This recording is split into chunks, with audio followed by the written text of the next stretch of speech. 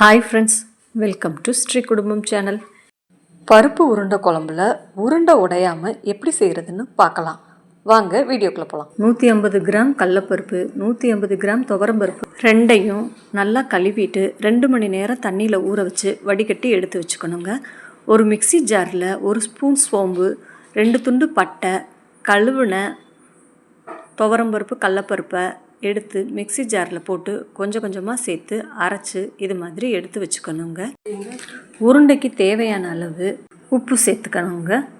1/2 spoon மிளகாத்தூள் சேர்த்துருக்கேன். உங்களுக்கு தேவைப்பட்டால் வரமிளகாயை கூட அரைச்சி சேர்த்துக்கலாங்க. பெரிய வெங்காயம், சின்ன வெங்காயம் நான் ரெண்டையும் கலந்து நல்லா பொடிசாக நறுக்கி போட்டிருக்கேங்க.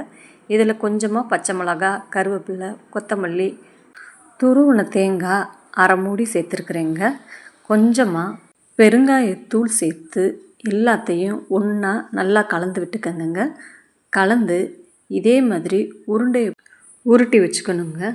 நான் போட்ட இந்த 300 பருப்புக்கு ஒரு 15 உருண்டை வந்துச்சுங்க.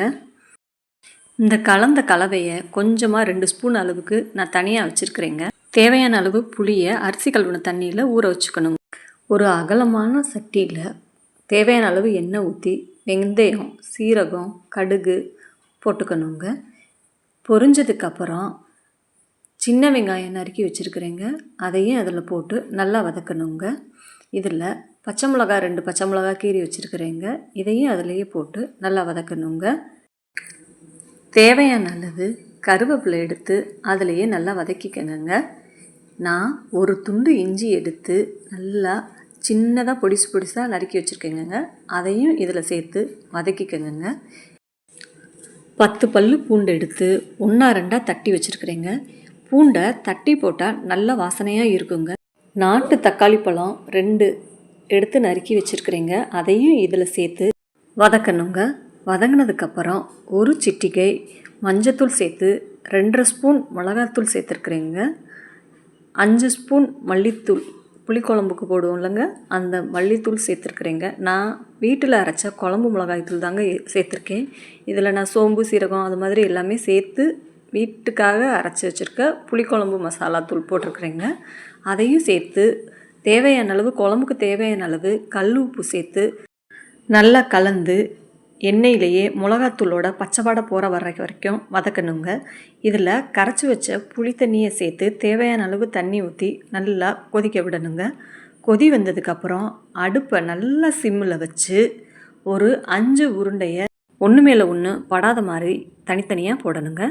இதை அப்படியே மூடி வச்சு ஒரு 2 நிமிஷம் கொதி விடணுங்க. குழம்பு இந்த மாதிரி தண்ணியாக தாங்க இருக்கணும்.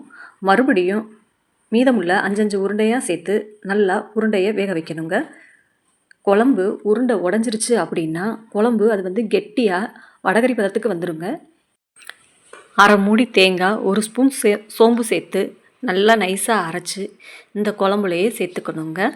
நல்லா கொதி வந்ததுக்கப்புறம் இந்த ஏற்கனவே 2 ஸ்பூன் எடுத்து வச்சுருக்கோம் இல்லைங்க பருப்பு, அதையும் தண்ணியில் கரைச்சி ஊற்றிக்கங்க. கெட்டியாக இந்த பதம் வந்தோன்னே அடுப்பை அமர்த்திடுங்க. இப்போ நமக்கு உடையாத உருண்டை ரெடி ஆயிடுச்சுங்க.